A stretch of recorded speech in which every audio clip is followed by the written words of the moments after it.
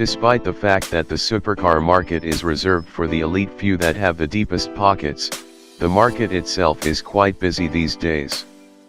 Just recently, we've laid eyes on the Lamborghini Huracan Performante, the anniversary-themed Zenvo TS1 GT, a pair of special Koenig Segregeras, and even the Pininfarina Fittipaldi EF7. But this year's Geneva Auto Show wasn't all about the Lombos and Koenigseggs of the world.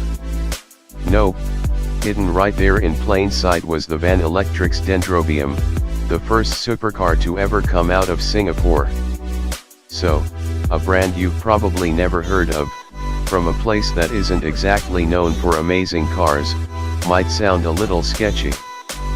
But, don't worry about that, this supercar has all the right credentials, and is ready to prove to the world that an all-electric supercar is more than the subject of someone's twisted dreams and augmented reality.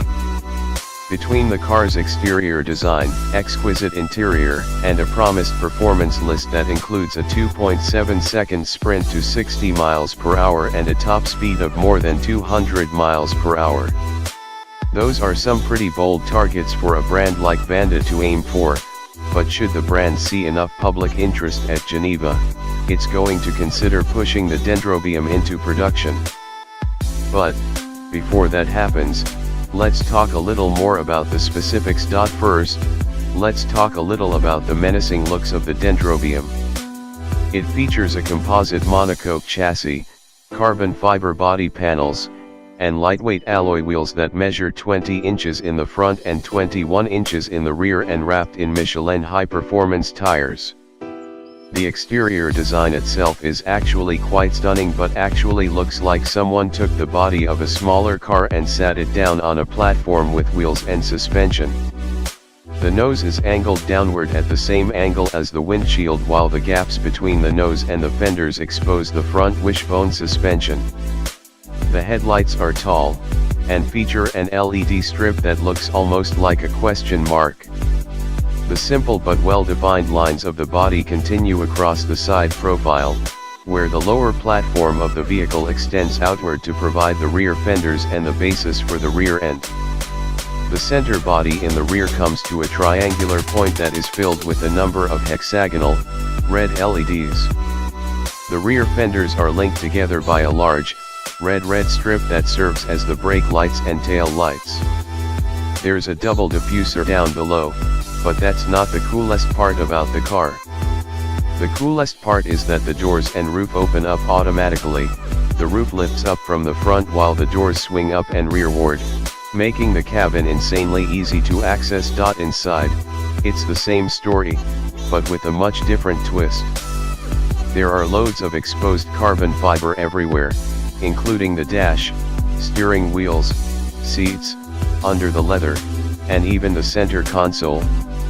It's basically a hybrid between a true race car and a road car, with 3 digital displays ahead of the steering wheel angled perfectly for the driver and a host of buttons on the center stack.